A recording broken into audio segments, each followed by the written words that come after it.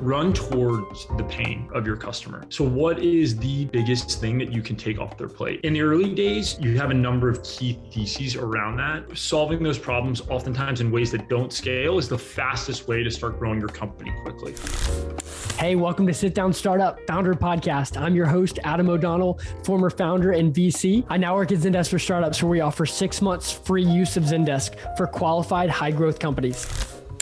This week, I got to interview Matt Watson, founder of Origin. They've raised over $72 million from top VCs like General Catalyst, Founders Fund, and Abstract Ventures. They prioritized the pain and kept taking things off the customer's plate. They didn't move away from each step of the funnel of their business, from acquiring a prospect, converting a customer, and retaining and expanding that customer. The more I interview founders who've made it to that $100 million level, the pattern is clear. They do the unsexy things. And me as a former founder, I took my eye off the ball too soon and tried to focus on cool things like fundraising, hiring, and a lot more. But these founders are just like a dog in a bone. In the funnel, where are things broken right now? Go focus on that. Do the unsexy things. Talk to all the customers. Do the things that you're like, I can't believe I'm doing this with my time. Why am I going this deep? Once you figure it out, then go hire a top person to manage it. Matt, thank you so much. Welcome to the show. If you want to first just give us an overview of when you founded Origin and what you were doing initially, because I know sometimes it changes as we grow. Yeah, absolutely. So Origin is a financial planning company. We offer personalized financial planning to employees as an employee benefit. So really cool offering for the companies that we work with. All their employees get access to one-on-one financial planning, an awesome platform to really handle the difficult things related to finance. So all those tough questions you're not going to be able to figure out on your own if you're on the internet, what to do with your money, your 401k, your investments, your stock options, your taxes. We handle all of that for employees. And we started the company about 3 years ago now. Really cool. How big are you now in terms of maybe employees or how much you've raised, just to give our audience kind of a benchmark? Yeah, so we've got 150 employees now. Crazy to think we had about 20 at the start of COVID, and we've raised about $70 million. So we're growing quickly. And I think that's been reflected in the fact that we're solving a very significant problem for the people who we work with. We work with employees who are kind of sub that private wealth management level, where they're making between $50,000 and $250,000 a year. So these are folks who they want to retire at some point. They want to help their kids with their education. They'd like to buy a home, take a vacation, do all the things that we aspire to do as hardworking individuals. But they're not at the wealth level yet where Goldman Sachs is knocking on the door, or JP Morgan or Morgan Stanley with wealth managers. And so they don't have that access to the really insightful direction around how to make that paycheck and that money go further. Oh, that's so good. Well, tell us some of the early growth stories you've had. You've obviously hit some incredible growth in 3 years to 150 employees and $70 million raised. Is there a specific story that we could laser in on and kind of pull apart? Yeah, definitely. I mean, I think that the thing that I think about when starting this company or other companies that have started is run towards the pain of your customer. So what is the biggest thing that you can take off their plate? And in the early days, you have a number of key theses around that. And I think that solving those problems oftentimes in ways that don't scale is the fastest way to start growing your company quickly. So what are the things that we can test oftentimes in a hyper manual way, not profitably, very labor intensive, but that allows you to quickly understand the pain points that you're solving and run through a number of those quickly. And so for us, what we found was that all these employees, particularly on the coast in the United States and internationally, were being compensated with stock options. And stock options are these awesome things. When they go well, people become wealthy very, very quickly. It's probably the fastest way for folks to, build wealth in a traditional corporate environment. But the trouble is that form of compensation is very confusing. You have ISOs, NSOs, vesting dates, cliffs, AMT, tax considerations, where you live when the stock vests and where you are when you sell it. These are tons of complexities that no one was really solving for employees outside of that executive suite. And our customers, the HR buyer, really was struggling with that problem because they had this amazing form of compensation that they're giving to folks, and then folks earn it and they go, well, wait a second, we don't understand how this works. We don't understand the implications of what it means for me. And then what are the tax strategies that we can employ to maximize what we're earning? So that was kind of the first like big bet that we went after. And it's much more challenging than robo-advisory or a banking account or some of these run-of-the-mill services. And we said, well, we can do those things in due time, but let's really run towards the pain of our buyer. And that has pulled us forward so much more quickly because it developed just super happy customers. We're taking a huge lift off their plate. There's really strong word of mouth, really strong references. And so, for this company and companies that I start, thereafter, I think that that's kind of the mantra that I think about. Like, how do we solve the pain? I don't care how long it takes to solve it. Like, let's do that. And that's going to result in a happy customer that's going to allow us to grow really quickly. Absolutely. I mean, I got a couple of questions, but first, where were you when you realized that, hey, this thesis is validated? Was there something that had just happened before where you finally were like, we've gotten enough data? We were talking to our customers about kind of the non-super painful things, like, oh, we can help them with their investments, or we can help them with their retirement, or we'll help them with their insurance. And, I think there was a broad agreement that these things were difficult for employees and that they could do a better job with them. But I think when we started to get, we call the no answers around, problems that people had. So like a question would be like, do you think your employees have a good handle on equity? And it was just like, absolutely not. Like, no, they don't get it at all. And you're like, well, tell me more. How do you know that? And well, they come to us with these questions. It takes us hours to answer them. And we started to develop the thesis around that and really just dig into that with, a broader base of customers. And we just, that kind of rose to the top as the resounding issue that these folks had on a day in, day out basis. And so that was kind of the feature set that we've really laser focused into. And so I think it was kind of a gradual discussion, but as we started to get more kind of clarity with these no questions, like, do your employees struggle with investment? It's like, yeah, I think they do a little bit. And it's like, okay, that's not the problem we're going to solve, right? Do they struggle to set a budget? Yeah, I think they could do a better job with that. Okay, also, that's not the one we want to solve. Do your employees understand taxes around equity? Hell no. Okay, great. Let's figure that out. And when we started to hear that more consistently, it became kind of a very obvious thing for us to solve for. I love it. Tell us about the first time you got a customer, that first customer, and maybe if you can mention who it was, that's fine if you can or can't, but just like, let's zoom into that. I want to understand that. Yeah. So I think, I don't think that I'm at liberty to share who it is, but I think the way that I thought about it was like our first large organic customer that we got. I think there was a ton of businesses around us that I had known from, my previous entrepreneurial efforts that were willing to just learn and grow with us. That were great. But I think, the first one, it's a roughly 5,000 person public company. And it was really our first foray into the market that we've seen a lot of success in. I am proud of that moment today because I felt like it was the first time where we had arrived as a company and it was like, okay, cool. Like, people are willing to pay us to solve this problem that they have and that their employees face. And it was a culmination of kind of building a solution around, that equity problem and broader kind of compensation issues that companies had. And I think that, when you take the time to figure out what that pain point is that you want to solve, you make the big bet. And then you bring that to market and it's validated in the form of kind of a net new significant contract. That's when the whole team is just like, this is our time. This is the business we want to build, and solving this is going to have really big implications for, employees everywhere. So that was one that, we landed probably 18 months ago now, and has been one of our most successful customers to date. And it's been interesting because the company has, had ups and downs in terms of like their stock performance and the kind of the way the business has performed. And that, right now, I think, with what's going on in broader financial markets is really important where, up until 5 months ago, the stock markets, particularly for high growth companies, were accelerating very quickly, right? So people were very affluent on paper. And then in the last 6 months, that has changed pretty significantly. And so now companies and employees are having very different conversations around compensation.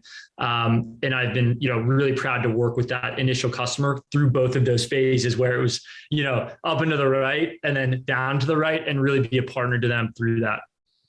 It says a lot about your expansion opportunity within those customers, or just the way that you're nurturing them. Is there anything you could talk about, like impactful on growing that customer or customers like them? Yeah, I think for us, we are solving money management problems for employees. Compensation and income for 99% of the United States comes from the employer. And so money management is a joint issue for companies and employees. If employees are struggling with money, which they are, then it's a problem for the company, right? You have retention issues, you have recruiting issues, you have issues with people not being in the office and not being present. And so I think what we try to think about solving problems, what we really look for are those really mutually beneficial issues that we're able to solve for companies. So like equity was the first big one that has been persistent. But there's other issues as well, where there's 25% of an employee's compensation is in the form of awesome benefits, health insurance, HSAs, FSAs, 401ks. And unfortunately, many employees leave a significant amount of income on the table because they don't fully understand these things, and they don't understand how they weave into their individual financial plan. And so those are the problems that we're really focused on right now, and really kind of taking a look at wealth management a little bit differently, which historically has occurred after the paycheck. So like your wealth manager doesn't care what happens until the money's in the bank. And then they're going to help you make the most of kind of that post-tax dollar amount. What do we do with it? We said, well, I think for America generally, not the top 1%, for the 99%, that story needs to start much sooner. It starts with all the benefits that you're receiving, because that's a really significant part of your compensation. So we've attacked that problem. And that's also been really beneficial to our customers, because companies are paying so much money for these amazing benefits, but if the employees don't understand them and know how to use them, there's a total mismatch in the value and the understanding of that value between the company and the employee. And so by explaining these things to them and showing them how to utilize them and working them directly into their financial picture, the employee is much better off. And the company's very excited, because now the employee's like, okay, I work at Google, and yes, I'm making X, but I'm also getting Y through all these amazing programs and offerings that they're offering to me. And so that's been a big expansion point for us as we've looked at more of these kind of mutually beneficial opportunities to improve that experience for the employee and the employer. Yeah, just taking that step back and seeing the other jobs that are being solved within that. I'm actually curious, because it seems like you have a really neat challenge, because you have the customer that you're selling to, which is like a Zendesk or an enterprise, and then you have their employees. And you could sell to Zendesk, but if you can't get the employees to use it, then that's a problem. So is there anything you could talk about, like some learnings from that? Yeah, definitely. I mean, look, I think when we look at the problem, it's if we're not solving a problem for our buyer, we're not going to get the distribution that we're looking for. And that's, just the reality, I think, of any product, especially in kind of a business where there's an intermediary. If you can't solve the intermediary's issue, then you're not going to be able to deliver value to that downstream user. And that was something that we realized very early on, and kind of why we highlighted, the equity and the benefits component of this, because we knew that those were kind of those mutually beneficial problems. And if you don't solve those, you're not going to be able to solve, many of the other issues that are downstream and aren't necessarily tied back to that employer. And that was something that it took us a little bit of time to kind of figure out that dynamic and how critical that was to solve. And today, when we think about these problems, it's really kind of in that joint problem perspective, because ultimately what we're talking about now is what's in it for the employer? What's the ROI to offering not only the benefit of origin, but really any benefit at all, right? Unless the company is mandated to do it, they're doing it because they want to have people who are more productive, who love their job and are more productive when they come to it. And obviously, if those three things are true, oftentimes people will stay longer. And in this labor market, recruiting is very challenging, but getting people to stay is just as hard. And so if we can show that our product has those benefits because we're showing the value of the employee's compensation and we're helping them make more of that, well, now the company's heavily incented to offer a program like this. So it's definitely something that we think about frequently, but it is a little bit unique, right? Because there are other things that we could do that directly impact the employer, helping them directly with tooling to, let's say, make an offer to a candidate or figure out what to offer to a candidate. Those are really big pain points for companies, but they're not mutually beneficial. They're not necessarily impacting that downstream user. And so we've really tried to narrow our gaze into the products that are going to be mutually beneficial for the buyer and the end user. Got it. Well, I have two more questions and then I'll let you go. So the next one is, what's your best go-to-market channel? This has evolved through time. And I think it really, the evolution for us was credibility. So when we first entered the market, there's, this is going to be obvious, but there's many types of vendors that service a company to help them with payroll, benefits, 401k, a number of different things. And those in our mind are great potential partners for us. But on day one of the company, they're going to look at, an Origin and say, well, you're unproven. We don't feel comfortable putting you in front of our client because we don't know enough about you yet. You don't have a track record that's going to make us feel comfortable opening that door in that relationship. So for the first year plus of the company, it was really us going out and telling our own story in a direct fashion. I think as our story has developed and we've emerged as the leading vendor for financial wellness and personalized financial planning, we've seen more partners reach out to us with the interest of saying, hey, you are offering a service that's very tangential to what we do. Let's say it's an insurance company or a benefits broker. We'd love to bring you in and get you in front of our clients. And they're doing that now because they know that the client base is looking for this type of service. And we've done a really nice job with the clients that we have. And so they feel very comfortable, partnering with us in that way. And so we've seen the mix of our business really shift from purely that direct channel into more of a partnerships approach through a multitude of types of businesses that ultimately provide services to an employer. So, a big obvious one are benefit brokers. These are folks who are helping and advising companies as to what health insurance, dental, vision they should be getting.